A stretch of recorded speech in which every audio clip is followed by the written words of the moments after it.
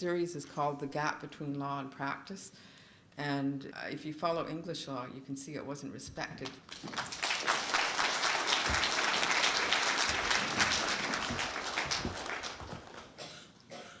The Supreme Court in Australia considered this issue in a case called Mabo.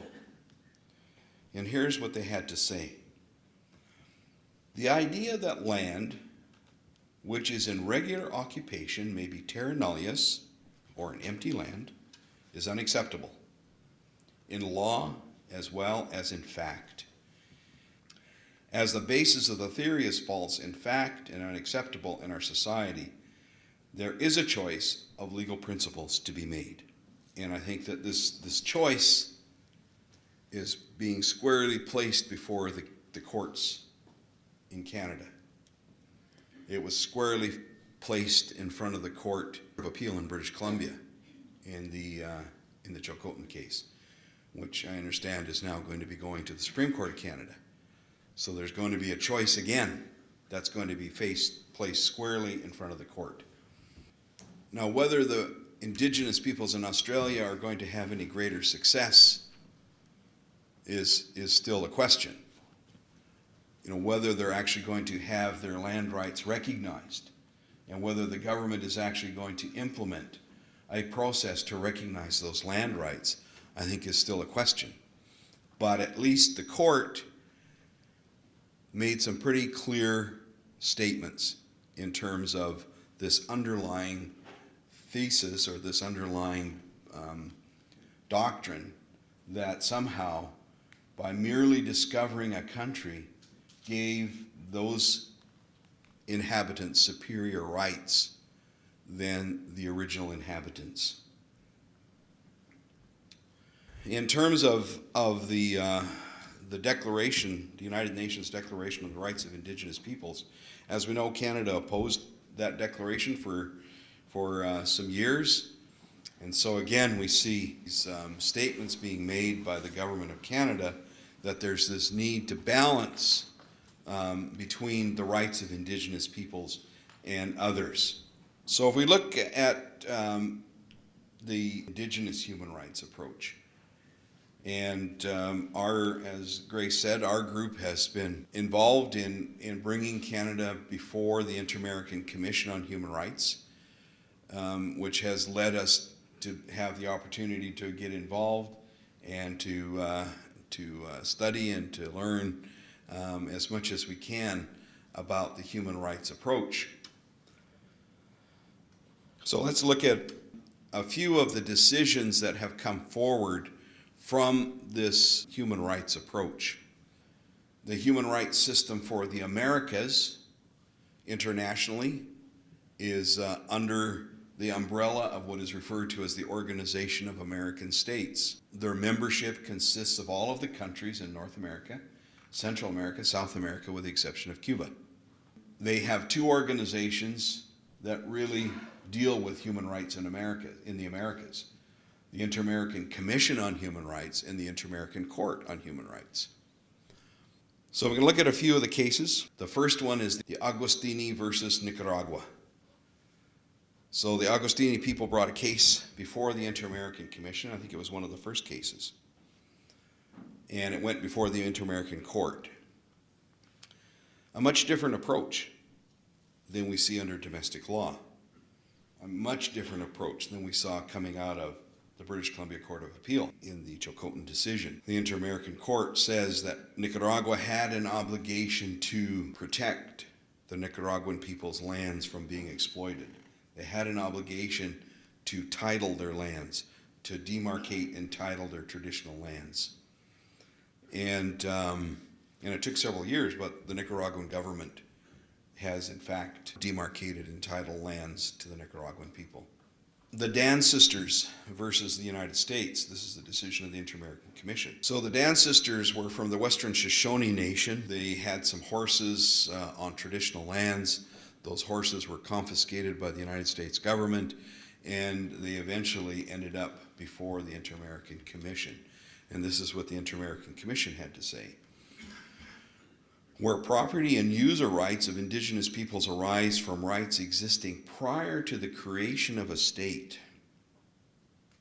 Indigenous peoples have the right to recognition by that state of the permanent and inalienable title of Indigenous peoples relative thereto, and to have such title changed only by mutual consent between the state and respective Indigenous peoples, where they have full knowledge and appreciation of the nature or attributes of such property.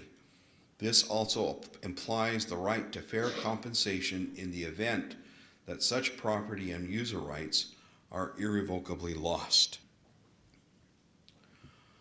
The Maya people brought a case against Belize, accompanying the existence of the Maya people's community right to property under Article 26. And this is Article 26 of the Declaration, the American Declaration on the Rights and Duties of Man. So American meaning North, Central, and South America, not the United States. So there's this Declaration on the Rights and Duties of Man. Article 23 talks about right to property. In the Commission's view, this necessarily includes engaging in effective and informed consultations with the Maya people concerning the boundaries of their territory, and that the traditional land use practices and customary land tenure system can be taken into account in this process. Again, a much different dialogue, a much different way of relating to the rights of Indigenous peoples. The Surimaki people brought a case against Suriname. In any case, the right of the members of the Surimaki people in particular, or members of Indigenous and tribal communities in general, to collectively own their territory has not, as of yet, been recognized by any domestic court in Suriname. And we could say the same thing of Canada, exactly the same thing. The Soho-Maxa Indigenous community versus Paraguay. So remember back to what the courts in Canada said? That First Nations just have a right to the use of the land. They don't have ownership rights to the land. Well, they say different here. They say that Indigenous people's title should be an equivalent to full property title that's recognized by the state. The members of Indigenous peoples who have unwillingly left their traditional lands or lost possession thereto maintain property rights thereto, even though they lack legal title, unless the lands have been lawfully transferred to third parties in good faith, and the members of the Indigenous peoples who have unwillingly lost possession of their lands, when those lands have been lawfully transferred to innocent third parties, are entitled to restitution thereof, or to obtain other lands of equal extension and quality. Consequently, possession is not a requisite conditioning the existence of Indigenous land restitution rights. So this is kind of what our case is about. In our territory, the Government of Canada and the Government of British Columbia granted away our entire territory to a private corporation. And then we get to the treaty table 100 years later and they say, well, those lands are held by private third parties and those lands are not on the table for negotiation. And by the way, we're not talking about compensation for past wrongs. So, it goes directly against what the court here is saying, is that when a state confiscates a people's land, they have an obligation to either return it or to compensate for it. So here's our group, Hul'qumi'num Treaty Group versus Canada. Again, the unequivocal position was that private land's not on the table in the treaty process, and they're not prepared to compensate. What did the Commission say? By failing to resolve the Hul'qumi'num claims with regard to their ancestral lands, the British Columbia treaty process has demonstrated that it is not an effective mechanism to protect the right. Indeed, examining the government's position that if a First Nation does not wish to accept its terms, negotiating, it can litigate. The Commission noted that there is no due process of law to protect the property rights of the Hul'qumi'num to its ancestral lands.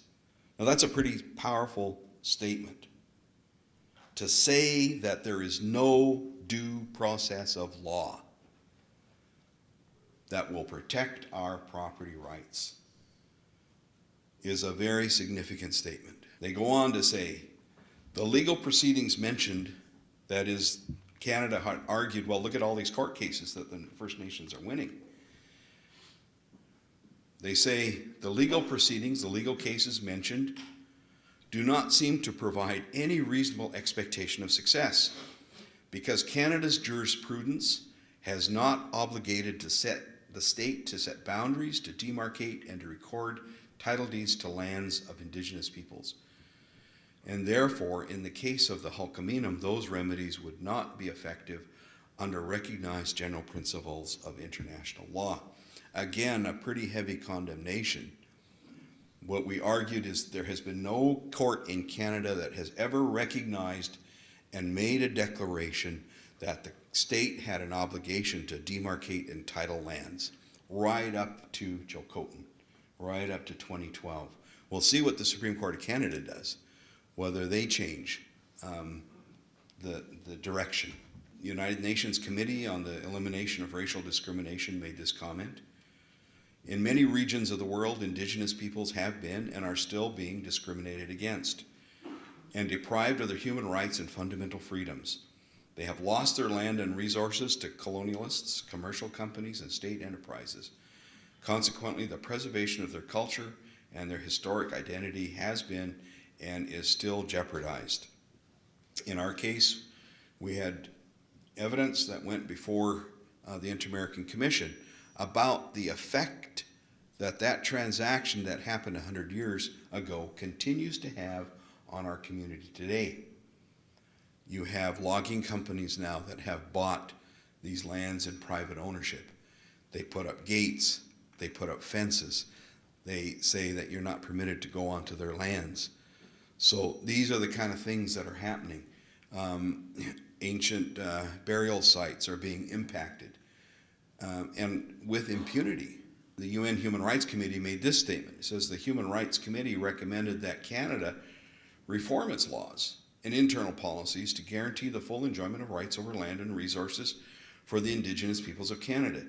Additionally, the committee recommends that Canada abandon the practice of extinguishing inherent Aboriginal rights as incompatible with Article 1 of the Covenant. The UN Committee on the Economic, Social, and Cultural Rights made this statement. The committee, while noting that the state party has withdrawn since 1998 the requirement of an express reference to extinguishment of Aboriginal rights, and they're talking about Canada here, and titles, either in a comprehensive claims agreement or in the settlement legislation ratifying the agreement, remains concerned that the new approaches, namely the modified rights model and the non-assertion model, do not differ much from the extinguishment and surrender approach. I'm part of the negotiations right now. We're meeting with the Government of Canada and the Government of British Columbia at a table that has 60-some nations that are part of it, the common table. I'm one of the spokespersons. We're talking about this issue today. Today we're talking about this issue, whether it's extinguishment or whether it's modification or whether it's non-assertion. But at the end of the day, Canada says what we want from you is we want to guarantee that you will never exercise your rights again into the future. Doesn't matter what we call it, but that's what we want. So, this policy continues to today. In the United Nations Declaration on the Rights of Indigenous People, Article 27 makes this statement: states shall establish and implement, in conjunction with Indigenous peoples concerned, a fair, independent, impartial, open, and transparent process, giving due recognition to Indigenous peoples' laws, traditions, customs, and land tenure systems, to recognize and adjudicate the rights of Indigenous peoples pertaining to their lands, territories, and resources, including those that were traditionally owned or otherwise occupied or used. Indigenous people shall have the right to participate in this process. Article 28, Indigenous peoples have the right to redress by means that can include restitution, or where this is not possible, of a just, fair, and equitable compensation for the lands, territories, and resources which they have traditionally owned or otherwise occupied or used, or which have been confiscated, taken, occupied, used, or damaged without their free, prior, and informed consent. And this is, again, the situation that we're in. When we're at the negotiating table with Canada, what we're told is basically, this is our position. You can either take it or you can leave. And in fact, that's what the chief negotiator for Canada said to one of our chiefs. If you don't like our position, you can leave. So, this fair, impartial process doesn't exist. It doesn't exist.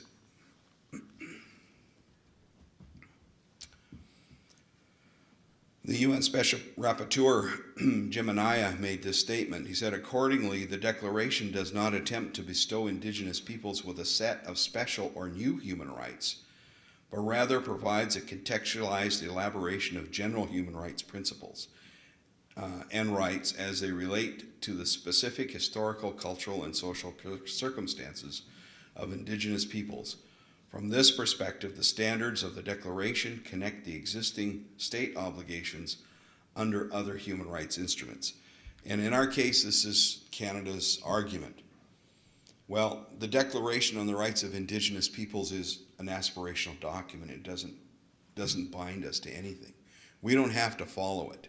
And so, they have been very much arguing that they do not have to follow these human rights principles, that they're not something that the government has to comply with. Under the human rights system, we have the United Nations, which looks at general human rights, which includes the Declaration on the Rights of Indigenous Peoples. And then under the Organization of American States, you have the Organization of American States Charter and the American Declaration on the Rights and Duties of Man. So under both systems, there are provisions with respect to Indigenous peoples' rights.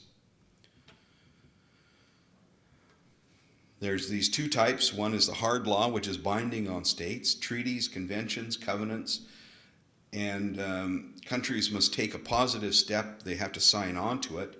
In fact, they have signed on to the Organization of American States Charter. So that should be hard law, but yet they choose to say that it's not. And then there's soft law. General Assembly resolutions, declarations, reports, and so forth. And this is kind of where Canada puts the Declaration on the Rights of Indigenous Peoples. The message is that somehow we have to move the government of Canada to that point where they do recognize that they have these international obligations and they actually begin to recognize human rights.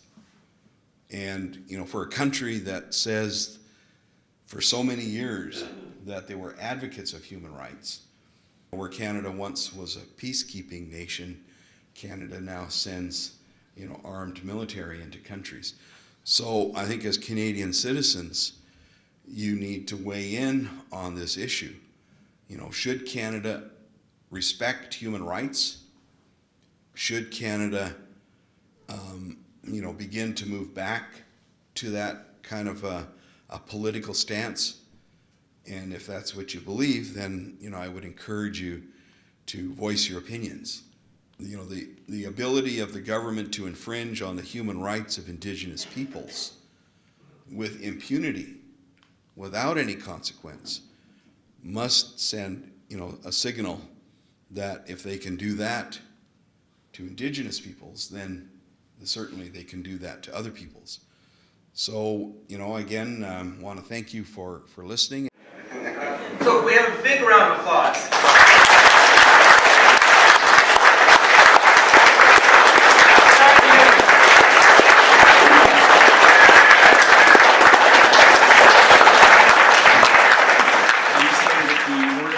Watch Canada has been a lead on this, and Gail Davidson at the far corner has done a lot of the groundwork and logistics. So I want a round of applause for Gail, please. And we do, of course, want to let you know that we are doing this as a monthly series, and so the next one will be Thursday, February 28th, Indigenous Law as a Solution to Resource Conflict in Treaty 8. And it will feature Khalid Ben. He's a Icho Dene and Duneza Cree from the Treaty 8 territory of northeastern BC. And he'll be dealing with the whole issue of hydraulic fracturing.